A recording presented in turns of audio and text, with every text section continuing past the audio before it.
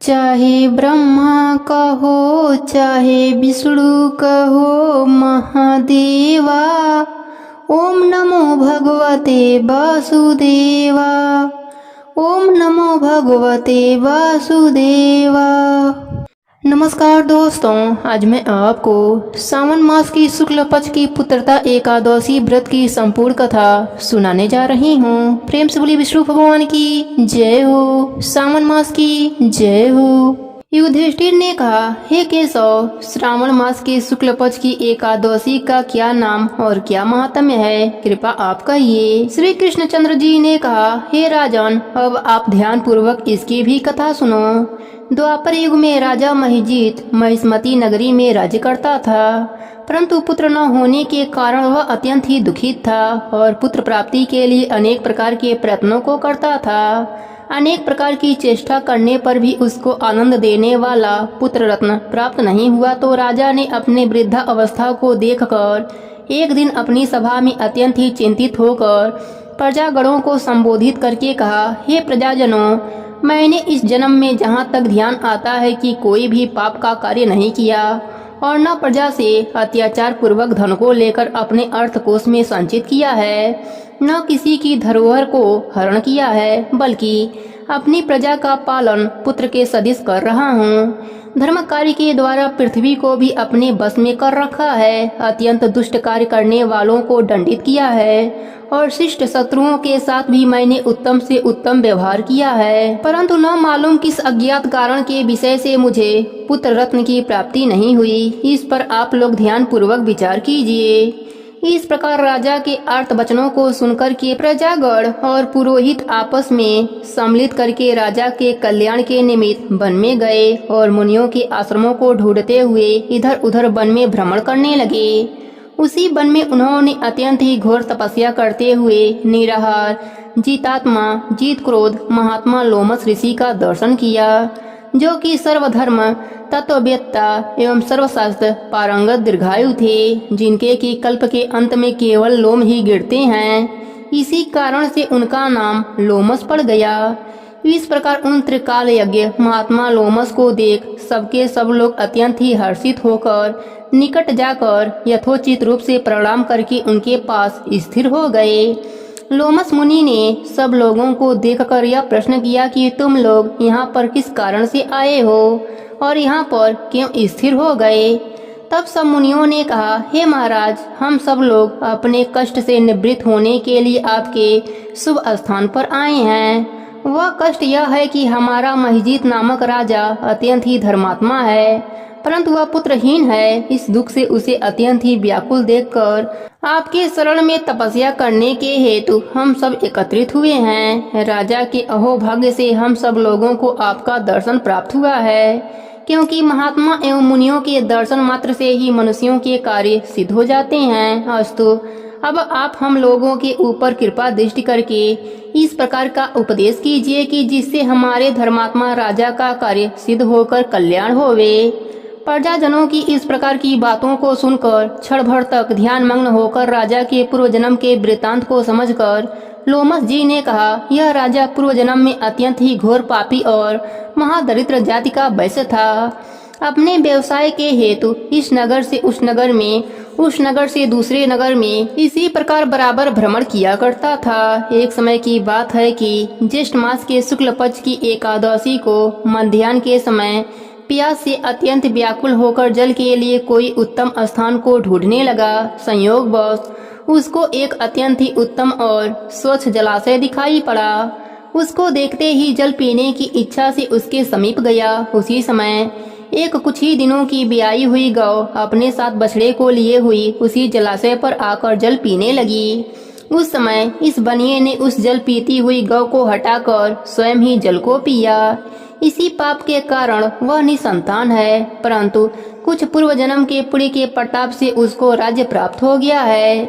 मुनि जी की बातों को सुनकर प्रजाजन और पुरोहितों ने कहा, हे महाराज, हम लोगों ने पुराणों के द्वारा इस प्रकार सुना है कि पुण्य कार्य करने से पाप नष्ट हो जाते हैं, सो आप कृपा करके इस प्रकार पुण्य का उपदेश कीजिए जिससे कि पाप नष्ट होकर राजा महिजीत को पुत्र की उत्पत्ति हो। तब लोमस ऋषि ने कहा, हे मुनियों, श्रावण मास के शुक्ल पक्ष की पुत्रता नामक एकादशी का व्रत तुम लोग करो और नियम पूर्वक पूजन इत्यादि करके रात भर जागरण करो तथा उसका सब फल अपने राजा को प्रदान कर दो तो उस राजा को पुत्र उत्पन्न होगा। इस प्रकार लोमस ऋषि द्वारा व्रत के विधान और फल को सुनकर सब लोगों को अपार आनंद की प्राप्ति हुई और सब लोग अपने अपने घर को लौट आए। श्रावण मास जब आया तब सब लोगों ने लोमस ऋषि के अनुसार राजा सहित भक्ति और विधान पूर्वक एकादशी का व्रत किया और दूसरे दिन अपना अपना फल उन सब लोगों ने राजा को प्रदान कर दिया। उस फल के प्रभाव से राजा की रानी ने गर्भ धारण कर समय आने पर पुत्र रत्न को प्राप्त किया। इस प्रकार की यह फलदात्री पुत्रता एकादशी है, इसलिए इस लोक और उस लोक में आनंद प्राप्त करने वाले को इस पुत्रता नामक एकादशी का व्रत अवश्य करना चाहिए। इस एकादशी का महात्म्य पढ़ने और सुनने से घोर पापों से मुक्ति मिल जाती है। प्रेम से बोले विष्णु भगवान की जय हो, एकादशी माता की जय हो। एक बार एक बुढ़िया माई ने एकादशी का व्रत रखा। बड़े ही भक्ति भाव से पूजा अर्चना करी। उन्हें वृद्धावस्था में क्या बाधा थी, वह तो अपने पुत्र पौत्रों की सुख सुविधा के लिए व्रत किया था। वह दिन भर तो मन को कठोर करके अपनी प्यास को रोके रहीं और दिन में ब्राह्मणों को मिट्टी के पात्र में भरकर पानी और ऋतु फल दान दिया। दोना भर के चीनी और दही वितरण किया। उन्हें गर्मी के कारण बहुत बेचैनी हो रही थी। इस कारण वह बहुत देर तक पानी में पड़ी रहीं, मुंह धोती रहीं। तब कहीं थोड़ा बहुत धैर्य बंध पाया। धूप तो तेज पड़ ही रहा था, इस कारण बार बार मुंह सूख रहा था। बहुत बेचैनी हो रही थी। एक तो बुढ़ापा और दूसरा यह भयंकर गर्मी। वृद्धा अवस्था में स्थिति तो कुछ दूसरे ही प्रकार की होती है। जैसे तैसे हाथ पैर धो करके दिन कट पाया। अब पहाड़ सी रात सामने थी। उनका कटना बड़ा ही कठिन दिखाई दे रहा था। खटिया पर पड़े पड़े शांति नहीं मिल रही थी। वे बार बार करवट बदल रही थीं। अनेक बार वह बाहर जाती और भीतर आती। उन्हें घर के अंदर शांति नहीं मिल रही थी। वे खटिया पर पड़ी पड़ी 11 माता का स्मरण करती रहीं। वे कहती रहीं, हे माता जी, आप मेरी लाज रखना। आप ही मुझे शांति दे दीजिएगा जिससे मैं यह व्रत कर सकूं और यह पहाड़ सी रात शांति पूर्वक व्यतीत हो सके। प्यास के कारण बुढ़िया माई की बेचैनी बढ़ती ही जा रही थी। उन्होंने धैर्य रखने का बहुत प्रयास किया किंतु सहनशीलता की सीमा टूट गई और वह घबराकर एकदम चिल्ला उठी। बोली कि बचाओ बचाओ। अम्मा का चिल्लाना सुनकर परिवार भर के नर नारी बच्चे बुढ़िया अम्मा की खटिया के समीप पहुंच गए। सबने पूछा कि अम्मा, आपको क्या हुआ? आप क्यों चिल्ला रही हैं? आप इस वृद्धा अवस्था में यह कठिन व्रत क्यों करती हैं? अम्मा जी, शक्ति से ही भक्ति होती है। थोड़ी देर में वह फिर बोली, मेरे प्राण निकले ही जा रहे हैं। मेरे छाती पर ठंडे पानी का घड़ा रख दो। अब नातियों ने दादी के छाती पर ठंडे पानी का पात्र रख दिया। तब उन्हें थोड़ा बहुत आराम मिला और वह थोड़ी देर के लिए अपनी आंखें बंद कर लिया। अब 11 माता ने सोचा, यह बुढ़िया अम्मा तो बहुत ही कठोर हैं, जरा जाकर उनकी परीक्षा लेनी चाहिए। वे आधी रात को मुर्गा बनकर टेर लगाने लगीं। मुर्गा की आवाज सुनकर दादी जल्दी से उठीं और बाहर जाकर आसमान की ओर देखा, किंतु आसमान में कहीं उन्हें प्रातःकालीन तारा नजर नहीं आया। वे सोचने लगीं, यह मुर्गा क्यों और कैसे बोल गया। उन्हें प्यास तो लग ही रही थी। थोड़ा बहुत उनका मन भी विचलित हो गया। अंत में उन्होंने दृढ़ निश्चय कर लिया कि मैं व्रत को पूर्ण करके ही छोड़ूंगी, चाहे भले ही मेरे प्राण क्यों ना निकल जाए। यह सोचकर फिर खटिया पर शिथिल होकर लेट गईं। थोड़ी देर में 11 माता ने उनका फिर से परीक्षा लेनी चाहिए। एक छोटी सी बालिका एक गिलास में शरबत लेकर उनके सिरहाने आकर खड़ी हो गई और जोर से बोली, दादी जी, सवेरा हो गया, आप हाथ मुंह धोकर शरबत पी लीजिए। पहले तो शरबत का गिलास देखकर उनका मन मचल उठा, किंतु अचानक व्रत का स्मरण हुआ और उन्होंने सोचा कि मैं किसी भी प्रकार से अभी शरबत नहीं पी सकती हूँ, और वे शांति पूर्वक अपने खटिया पर लेट गईं। फिर थोड़ी देर में उन्हें ऐसा लगा जैसे किसी ने उन्हें पानी के कुएं में पलट दिया हो। वे बड़ी देर तक हाथ पैर चलाती रहीं, किंतु उन्होंने अपने मुंह में एक बूंद भी पानी जाने नहीं दिया। वे दृढ़ता पूर्वक अपना व्रत पालन करती रहीं। थोड़ी देर में न जाने कहां से सामने आग जलने लगी, जिससे भयंकर गर्मी बढ़ने लगी। प्यास के कारण प्राण निकलने लगे, किंतु बुढ़िया माई का कुछ नहीं बिगड़ पाया। वे जहाँ की तहाँ मुस्कुराती हुई बैठी रहीं। थोड़ी ही देर में बाहर प्रकाश दिखाई देने लगा। ऐसा लगा जैसे सवेरा हो गया हो। बुढ़िया माई ने जब बाहर निकलकर देखा तो समझ गईं अभी सवेरा होने में 3-4 घंटे की देरी है। यह जानकर भी वह शांति पूर्वक इधर उधर घूमने लगीं। फिर 11 माता यह बात अच्छी तरह से समझ गईं कि बुढ़िया किसी भी प्रकार से अपने व्रत से टल नहीं सकती है। वे उनके सत्य व्रत को अच्छी तरह से समझ गई थीं। अब सवेरा होते ही बुढ़िया माई ने स्नान किया, विष्णु भगवान की पूजा पाठ करी, एकादशी व्रत की कथा सुनी, तुलसी माता की कथा सुनी, ब्राह्मणों को दक्षिणा देकर भोजन कराया। तब कहीं उन्होंने व्रत का पारण करके जल ग्रहण किया। फिर अम्मा ने स्वयं भोजन किया। उस श्रेष्ठ व्रत के प्रभाव से बुढ़िया अम्मा की आयु में वृद्धि हो गई। उनका घर परिवार हरा भरा हो गया।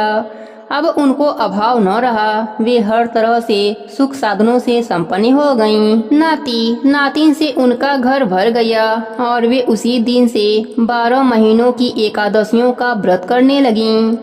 11 माता के व्रत के प्रभाव से वह इस संसार में हर प्रकार के सुख भोग कर अंत में बैकुंठ धाम को चली गईं। ये 11 माता जैसे आपने बुढ़िया माई पर अपनी कृपा करी, वैसे ही अपने सभी भक्तों पर अपनी कृपा बनाए रखना। प्रेम से बोले 11 माता की जय हो। एक समय की बात है, एक नगर में एक राजा राज्य करता था। वह बहुत ही धार्मिक प्रवृत्ति का था। उस राजा को समय आने पर 2 कन्याओं का जन्म हुआ। राजा की छोटी बेटी भी अपने पिता के तरह ही धार्मिक थी। वह नियम धर्म से रहती थी। साथ ही वह बचपन से ही 11 का व्रत भी करने लगी। 11 माता की कृपा से राजा की छोटी बेटी लोकप्रिय हो गई। उसकी हर तरफ प्रशंसा होती रहती थी। यह सब देखकर राजा की बड़ी बेटी को बड़ा ही ईर्ष्या होता था। वह अपने बहन से जलती रहती थी। एक बार की बात है, पड़ोसी राजा का बेटा बड़ी बेटी को देखने आया, लेकिन उसे बड़ी बेटी की जगह छोटी बेटी पसंद आ गई। अब तो बड़ी बहन अपनी छोटी बहन से और भी अधिक जलने लगी। वह अपने छोटी बहन को मारने के नए नए तरीके अपनाती है। एक बार खाना में जहर मिलाकर उसे खिलाने की कोशिश करती है। एक बार मटके में जहरीला सांप रखकर छोटी बहन के कमरे में रख देती है। एक बार छोटी बेटी को पनघट पर पानी भरने के लिए ले जाती है और धोखे से नदी में धक्का दे देती है। हर बार 11 माता उसे बचा लेती हैं, क्योंकि वह 11 माता का व्रत किया करती थी। बड़ी बहन बहुत परेशान हो गई कि यह तो किसी भी तरह से नहीं मरती। एक दिन बड़ी बहन छोटी बहन से बोली, मेरी प्यारी बहन, भगवान ने हम सबकी मृत्यु किसी न किसी तरह से लिखी है। क्या तुम्हें पता है तुम्हारी मृत्यु कैसे होगी? छोटी बहन बहुत ही सीधी साधी थी। वह बोली, मेरी मृत्यु मेरे पालतू तोते के गले में जो हार है उसी में अटकी हुई है। यदि कोई मेरे तोते को मारकर वह हार पहन ले तो मैं मूर्छित हो जाऊंगी, और फिर उस हार को उतारकर कोई रख दे तो मैं जीवित हो जाऊंगी। उस रात छोटी बहन अपने पिताजी के पास गई और बोली, पिताजी मुझे शक है, यदि मैं मर जाऊं तो आप मुझे जलाना मत। आप मुझे हमारे पुराने महल के कुएं के पास झोपड़ी बनाकर खाट पर सुला देना। राजा बोला, बेटी तुम ऐसा क्यों बोल रही हो? 3 दिन बाद तो तुम्हारी शादी है। तब छोटी बेटी बोली, पिताजी समय का कोई भरोसा नहीं। इस तरह शादी वाला दिन भी आ गया। उसी दिन बड़ी बहन छोटी बहन के पालतू तोते को ढूंढती है, पर वह उसे कहीं नहीं मिलता। तभी दरवाजे पर बारात आ जाती है। बरमाला का कार्यक्रम संपन्न हो जाता है। फेरों की रस्म शुरू हो जाती है। उधर बड़ी बहन तोते को ढूंढ लेती है और वह उस तोते को मार देती है। वहीं छोटी बहन 3 फेरे राजकुमार के साथ पूरा कर लेती है। तभी छोटी बहन मूर्छित होकर गिर जाती है। उधर बड़ी बहन तोते के हार को खुद पहन लेती है। इधर सभी घबरा जाते हैं। सभी बारातियों में हलचल मच जाती है कि राजकुमारी को क्या हुआ। सभी डर जाते हैं। तब राजा वैद्य हकीमों को बुलाते हैं। छोटी राजकुमारी को महल में ले जाकर लिटा दिया जाता है। वैद्य हकीम राजा से कहते हैं, राजकुमारी ना मरी हैं ना जीवित हैं, हमने ऐसा पहली बार देखा है। तब राजा उनसे कहते हैं, वहां जाकर बोलना कि राजकुमारी बेहोश हैं, अभी थोड़ी देर में ठीक हो जाएंगी। यदि तुम ऐसा नहीं कहोगे तो मैं तुम्हें फांसी दे दूंगा। बेचारा वैद्य हकीम राजा के कहे अनुसार वैसा ही बोलता है। तभी बड़ी बेटी आती है और कहती है, पिताजी मुझे छोटी बहन के मरने का बहुत दुख है। उससे ज्यादा दुख मुझे आपकी इज्जत का है, जो कि खराब हो जाएगी। आप ऐसा करो कि मेरी शादी राजकुमार के साथ करा दो, तब सब ठीक हो जाएगा, आपकी इज्जत भी रह जाएगी। तब राजा को यह बात ठीक लगी और राजा ने छोटी बेटी के कपड़े पहनाकर फेरों में बैठा दिया। पर राजकुमार ने मना कर दिया। कहा, यह मेरी पत्नी नहीं है। मेरी पत्नी जब बोलती है उसके मुख से फूल झड़ते हैं। लेकिन सबने समझा बुझाकर उसे 4 फेरे लगवा दिए। बड़ी राजकुमारी ससुराल आई तो राजकुमार न तो उनसे बात करते थे, न उनके हाथ से पानी पीते थे, न ही उनके हाथ का बनाया हुआ खाना खाते थे। राजकुमार ने मन ही मन सोचा, मैं पता लगाकर रहूंगा कि मेरी पत्नी के साथ क्या हुआ। एक दिन राजकुमार दुखी होकर घोड़े पर बैठकर जा रहे थे कि घोड़ा वहीं जाकर रुका जहां राजकुमारी की अधमरी लाश रखी गई थी। राजकुमार ने मन ही मन सोचा कि घोड़ा यहाँ किस कारण से रुका है, कोई तो वजह होगा जो कि घोड़ा यहाँ रुक गया है। तब राजकुमार ने घोड़े से उतरकर पुराने महल में गए। वहाँ एक चौकीदार था। राजकुमार ने पूछा, यह महल किसका है? तब चौकीदार ने बताया कि यह महल आपके ससुर जी का है। वहाँ खाट पर कौन सो रहा है? राजकुमार ने चौकीदार से पूछा। तब चौकीदार कहने लगा कि यह राजा की छोटी बेटी हैं, जो शादी वाले दिन अधमरी हो गई थीं। तब राजकुमार ने कहा, यह तो मेरी पत्नी है, इसके साथ मेरे फेरे हुए थे। राजकुमार ने चौकीदार से कहा, तुम किसी से कुछ मत कहना कि मैं यहाँ हूँ, मैं तुम्हें मुँह मांगी रकम दूंगा। चौकीदार ने हाँ कह दिया। राजकुमार खाट के पास गया और बचे हुए फेरे खाट के साथ ले लिया। राजकुमार उस दिन वहीं पर रहा। छोटी रानी रात को खड़ी हो गई।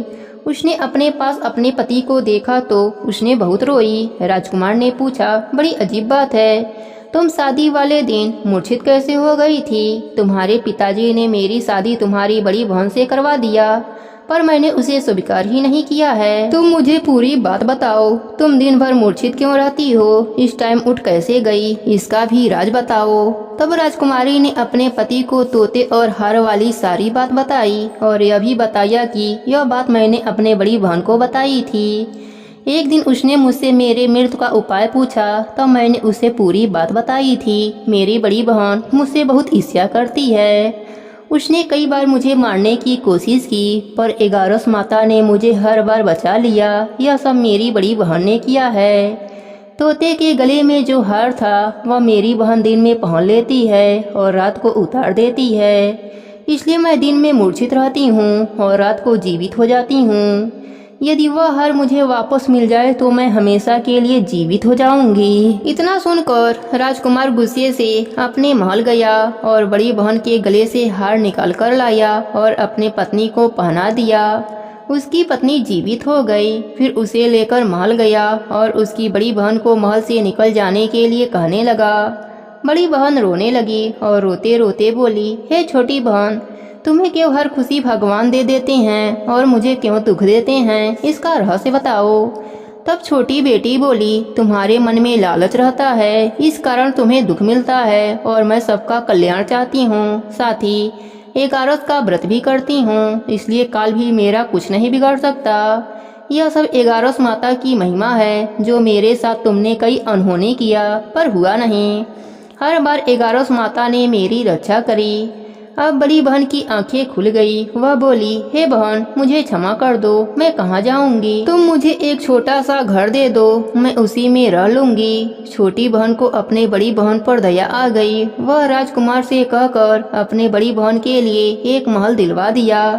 बड़ी बहन उसी में रहने लगी। अब वह नेम धर्म से अपना दिन बिताती थी, साथ ही 11 का व्रत भी करने लगी। इधर छोटी बहन अपने पति के साथ राज सुख भोगने लगी, साथ ही 11 का व्रत भी करने लगी। 11 माता की कृपा से छोटी रानी को एक सुंदर सा पुत्र उत्पन्न हुआ और महल में रिद्धि सिद्धि का वास हो गया।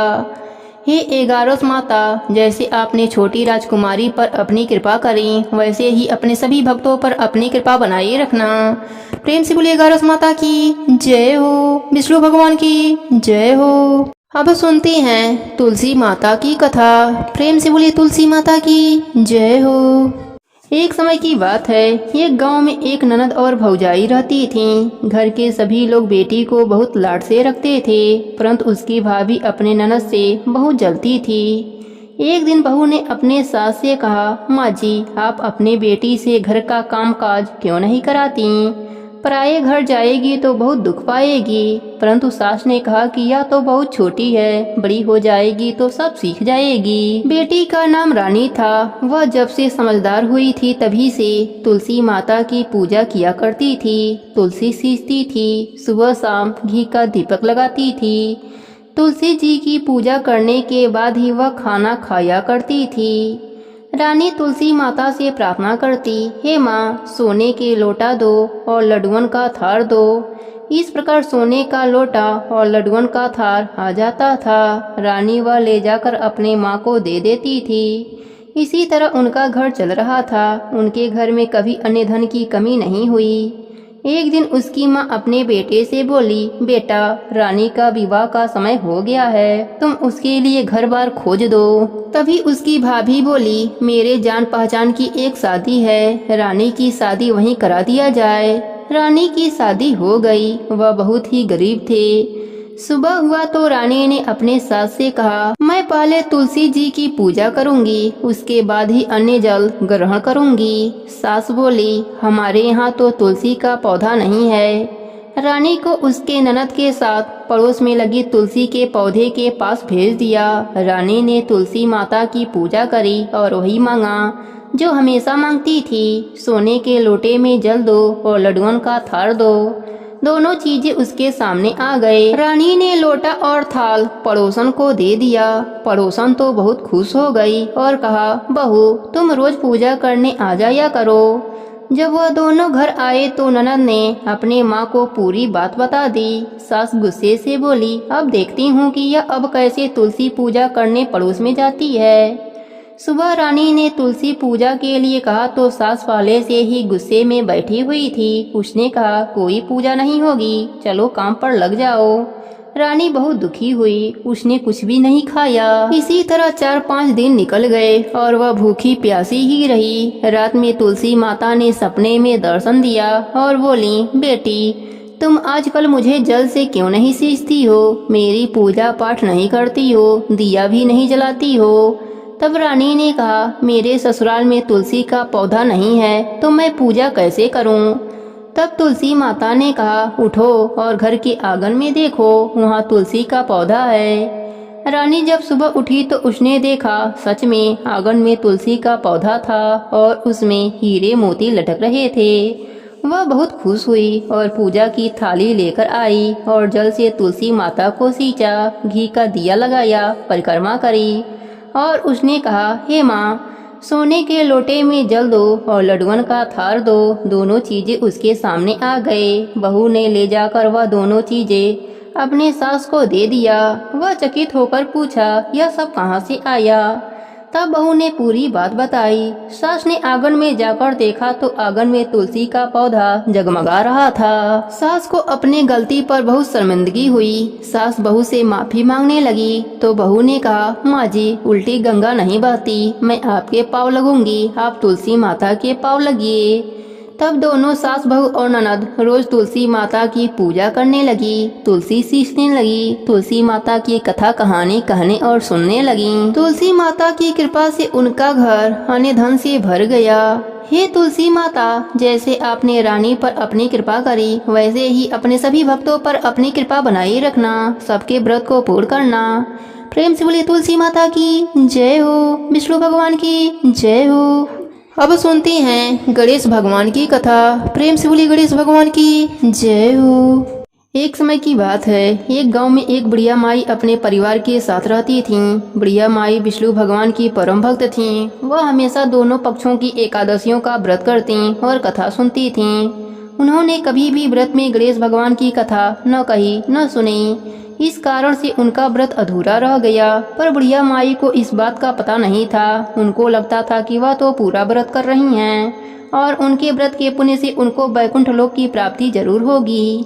देखते ही देखते बुढ़िया माई की मृत्यु हो गई। उन्हें लेने यमलोक के दूत आए। वह देखकर घबरा गईं और बोलीं, मैंने जीवन भर विष्णु भगवान की भक्ति श्रद्धा भाव से किया, एकादशी का व्रत किया, मुझे तो लेने वैकुंठ लोक का विमान आएगा, मैं आपके साथ नहीं चलूंगी। इतना कहकर बुढ़िया माई रोने लगीं और विष्णु भगवान को पुकारने लगीं।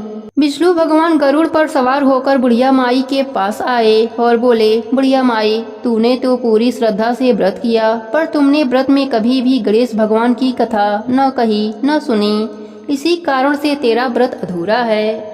बुढ़िया माई विष्णु भगवान से जीवन दान मांगने लगी ताकि वह एकादशी का व्रत करके उसका पूरा पुण्य प्राप्त कर सके। इस प्रकार बुढ़िया माई को विष्णु भगवान ने 2 साल के लिए फिर जीवित कर दिया।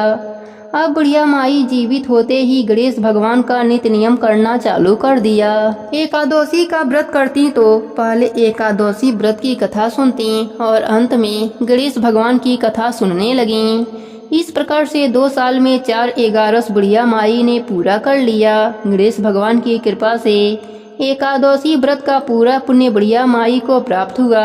बुढ़िया माई की तपस्या से गणेश भगवान प्रसन्न हुए और बुढ़िया माई के सामने प्रकट होकर बोले, बुढ़िया माई, तुमने मेरे नित्य नियम के साथ ही व्रत में श्रद्धा पूर्वक कथा सुनी है, इसलिए मैं तुम पर अत्यंत प्रसन्न हूँ। मैं तुम्हें आशीर्वाद देता हूँ कि जब तक यह पृथ्वी रहेगी तब तक तुम्हारे इस तपस्या का गुणगान लोग करते रहेंगे। साथ ही एकादशी व्रत में तुम्हारी इस भक्ति की कथा को जो भी मनुष्य प्रेम पूर्वक सुनेगा उसको व्रत का संपूर्ण फल प्राप्त होगा। गणेश भगवान बुढ़िया माई पर प्रसन्न होकर बुढ़िया माई का घर अन्न धन से भर दिया। साथ ही रिद्धि सिद्धि का वास करके अंतर ध्यान हो गए। 2 साल बीतने पर बुढ़िया माई की मृत्यु हुई। इस बार उन्हें लेने वैकुंठ लोक का विमान आया। बुढ़िया माई को पूरे मान सम्मान के साथ वैकुंठ लोक ले जाया गया। इस प्रकार से गणेश भगवान की कृपा से बुढ़िया माई का घर अन्न धन से भर गया और मरने के बाद वैकुंठ लोक का सुख मिला।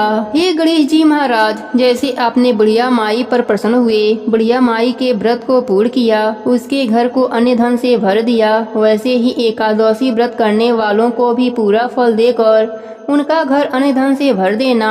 कहानी अधूरी हो तो पूरी करना, पूरी हो तो मान रखना।